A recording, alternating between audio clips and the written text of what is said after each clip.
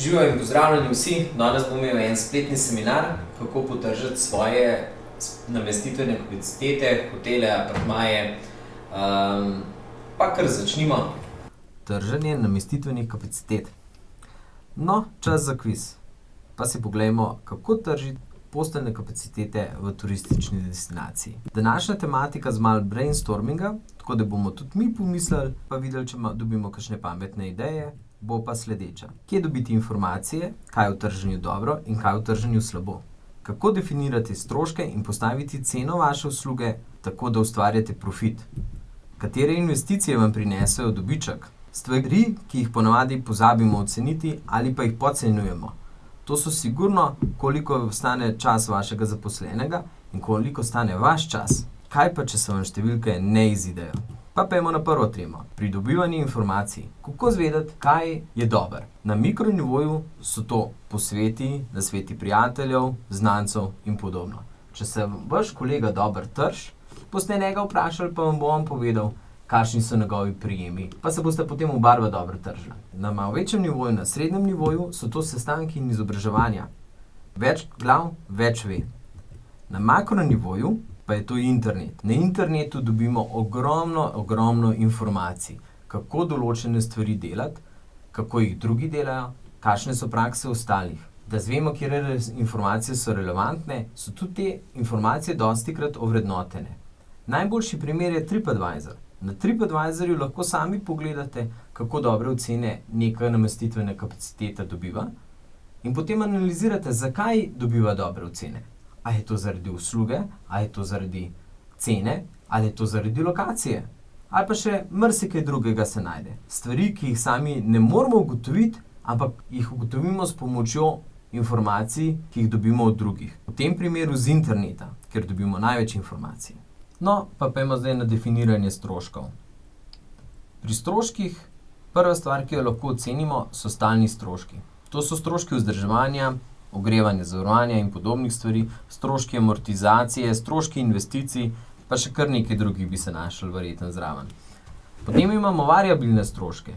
Te stroški so odvisni med drugim tudi od zasedenosti naših kapacitet. To so davki in takse, ki jih seveda ne bomo plačali toliko, če nimamo prihodkov. Stroški čistilnic, stroški malega inventarja, stroški personala, naših delavcev, v katere je tudi potrebno investirati.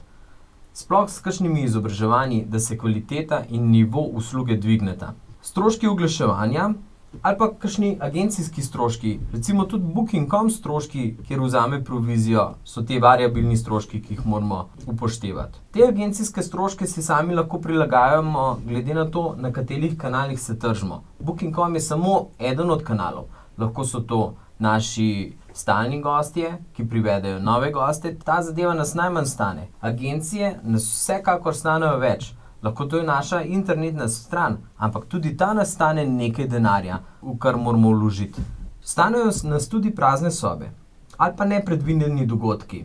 Lahko da je slabo vreme in gosti ne bojo prišli. No, kako pa potem ocenimo naš profit? Prodajna cena, ki jo gost plača za našo sobo, minus stalni stroški, minus variabilni stroški, so naš profit. Pa si poglejmo to zadevo malo bolj pobliže. Recimo, da imamo velik hotelski kompleks, kjer stane nočitev 80 evrov na noč. To je, kolikor gost plača za vse skupaj. V to ceno vkomponiramo fiksne stroške, vkomponiramo variabilne stroške, tukaj posebej sem prikazal vse stroške praznih sob, tudi te nas nekaj stanejo, če niso zasedene, ravno zaradi tistih fiksnih stroškov, in pa stroški marketinga.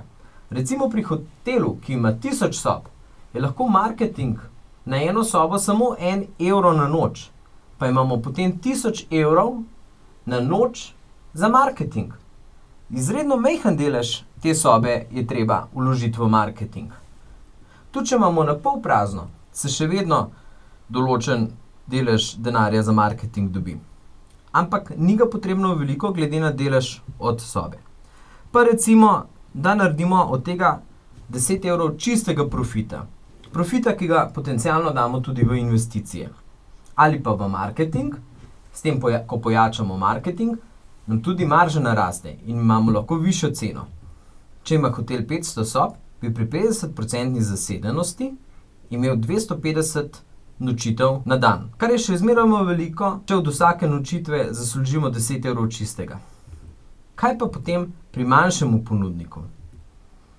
Recimo, da manjši ponudnik trži sam sebe za 60 evrov na noč.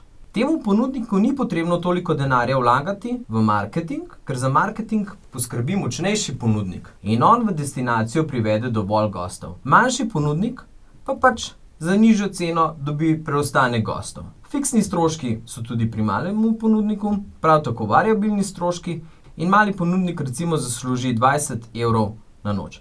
Če ima samo 3 sobe, pri 100% zasedenosti, je to 60 evrov na dan, kar je čisto ok. Kaj pa potem, če se veliki ponudnik odloči znižati ceno, zato da zapolni tistih svojih 50% preostalih kapacitet? Fiksni stroški ostanejo enaki, variabilni stroški malo zrastejo, stroški praznih sob se znižajo, stroški marketinga recimo, da ostanejo enaki, samo dobiček je nekoliko manjši. Ampak pa poglejmo, kaj mora potem mali ponudnik storiti. Mali ponudnik mora tudi znižati ceno, ker on pa v marketing ne vlaga. Fiksni stroški pri malemu ponudniku ostanejo enaki, prav tako variabilni stroški, lahko pa se mu pojavi strošek praznih sob, ker je njegova cena sedaj že približno enaka kot pri velikemu ponudniku. Dobiček je zato pri malemu ponudniku še vedno večji kot pri velikemu ponudniku, ampak je pa manjši. Pa poglejmo. Hotel ima sedaj 500 sob, vendar 80% zasedenost. Pri 400 sobah zasedenosti si je dobiček povečal. Pri malem ponudniku pa je problem drug. Pri 3 sobah in 2/3 zasedenosti se je njemu dobiček zmanjšal. Zasluži samo še 30 evrov, napram prej, ko je zaslužil 60 evrov. To je samo prikaz koncepta, kako zadeva deluje. Sedaj se pa mali ponudnik odloči znižati ceno in tudi večji ponudnik se lahko odloči znižati ceno. Na koncu pridemo samo do zniževanja cen, namesto da bi cene zvišali. Kako pa jih zvišamo? Zvišajmo jih pa z vlaganjem v marketing in z raziskavo novih trgov. No pa pojdimo sedaj na naslednjo poglavje. To pa so investicije. Investicije. Kam moramo denar investirati? Investirati ga moramo v izboljšave, to so v renovacije, v znižanje stroškov logistike, v izobraževanje zaposlenih, da bodo lahko nudili boljšo uslugo. In seveda jih moramo investirati tudi v prodajo, v tiskan material, v sejme in raziskavo trgov in v internet. Internet je danes sigurno zelo pomemben medij, kamor je potrebno investirati. Zakaj? Malo več o tem kasneje. Naslednja tema pa je vrednotenje časa. Spet eno kviz vprašanje. Kdo je bil največji menedžer v času bivše Jugoslavije? Bil je tudi največji lobist. To je naš tovariš Tito.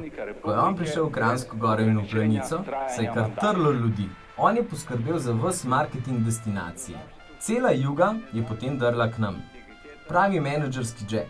On je bil dejansko največji kapitalist med socialisti. Ampak je bil eden, ki je upravljal svojo ogromno firmo. To je bila njegova država. Njega so častili po celem svetu.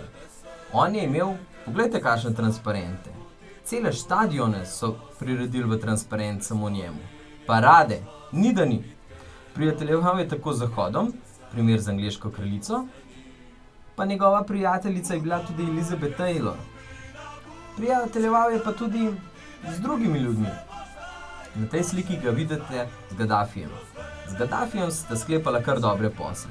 Tito je od njega dobil zelo poceni nafto in tako nam v Jugoslaviji poskrbel, da smo živeli z nižjimi stroški. Gaddafiju pa je po vsej verjetnosti prodajal, ne bomo sedaj o tem. Takih poslov našemu predsedniku Pahorju z Gaddafijem sigurno ni uspelo skleniti.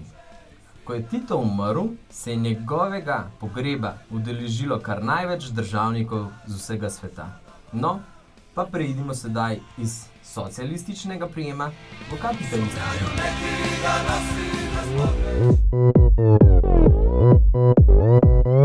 Open Gangnam Style. To je pa stvar, o kateri v Sloveniji še ne znamo razmišljati, ker smo navajeni socialističnega razmišljanja. Pa si poglejmo primer plače nekega zaposlenega ali vas samih. Recimo, da je to vaš zaposlen, ki zasluži 1000 evrov na mesec. On v povprečnem delovniku naredi 165 ur na mesec, kar znese 6 evrov na uro. Pri 6 evrih na uro ta delovec dejansko dela 0. Ampak To niso vsi stroški, ki so nastali z delavcem. Dejanski stroški za delodajalca so njegova neto postavka, to je teh 6 evrov na uro, prispevki in davki, regres, bolniška in drugi nepredvideni dogodki, tudi oprema in delovni prostor, v kateri delavec dela, mora delavec zaslužiti, da mu lahko delodajalec to ponudi. Izobraževanja, investicije in vlaganja morajo biti vse financiranje iz delavčevega dela. Tudi plača nadrejenega mora biti financiranje iz tega, ker je on tisti, ki zagotavlja delavcu delo. Ko vse še štejemo, to pomeni, da mora delavec ali zunanji izvajalec generirati vsako uro, ko dela, vsaj 15 do 20 evrov. Kaj pa, če potem njegovo delo ne pokriva njegovega stroška? Potem je mogoče bolje, da to delo opravite vi sami, saj iz stroška med drugim izvzemete stroške nadrejenega, enako delo pa lahko opravite v enakem času oziroma porabite za to tudi več časa, če ga imate na razpolago. Če ga nimate, je seveda bolje, da si zagotovite delavca. Kako pa sedaj ovrednotimo delo nadrejenega, direktorja ali pa tudi zunanjega izvajalca? Pa si poglejmo primer. Kot sem že prej omenil, recimo, da nas delavec stane 20 evrov na uro. Še eden delavec nastane tudi 20 evrov na uro. Menedžer se je dogovoril za posel vreden 40 evrov. Ta posel bosta njegove dva delavca upravila v 1 uri. S tem je pokrita tudi plača menedžerja. In zato je delo menedžerja v 1 uri vredno 40 evrov.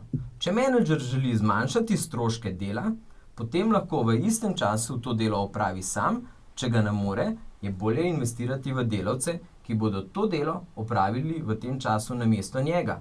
In pri tem zagotovi, da je tudi z delom dobička pri tem projektu zagotovljena njegova plača. Kaj pa, če smo v rdečih številkah? Če se nam vse te številke ne izidejo, potem moramo pogledati pri variabilnih stroških, kako jih znižati, oziroma pogledati, kam moramo denar investirati, da bomo začeli ustvarjati in generirati profit. Najslabša zadeva, kje zniževati stroške variabilne, je pri naših zaposlenih. V naše zaposlene moramo investirati čas in denar. Izboljšati jim moramo logistiko, poslati jih moramo na izobraževanja, da bodo z novo tehnologijo, ki jo ima danes na voljo za boljšo logistiko, tudi bolje opravljali svoje delo in dejansko zaslužili tistih 20 evrov na uro, kolikor morajo, da si sploh pokrijajo stroške. Kam pa reinvestirati oziroma vlagati ta naš dobiček? Glede na to, da smo v turistični industriji, v letu 2012 je bilo 9% celotnega svetovnega bruto družbenega produkta ustvarjeno iz turizma. Vsaka 11. služba je v turizmu. 6% celotne svetovne prodaje je ravno turizem. V Evropi, kjer se tudi mi nahajamo, je največje število turistov, kar 53%. Največ turistov tudi potuje ravno v Evropo, 51%. Potujejo pa ravno zaradi počitnic in rekreacije. In Kranjska Gora je ravno ciljna skupina za te turiste. Kot sem že prej omenil, je sigurno ena od investicij, kamor moramo investirati, internet. Zakaj pa to? Poglejmo si. Starejše generacije. Za njih so relevantni mediji predvsem televizija, časopis in klasična pošta. To je precej v upadu. Najmočnejša generacija, ki ima pa največjo kupno moč, pa je trenutno v porastu. To so uporabniki, ki uporabljajo internet in tehnologijo, ki z internetom prihaja. Facebook, YouTube, Google. In to so tudi tehnologije, kjer danes najbolje lahko oglašujemo našim ključnim kupcem.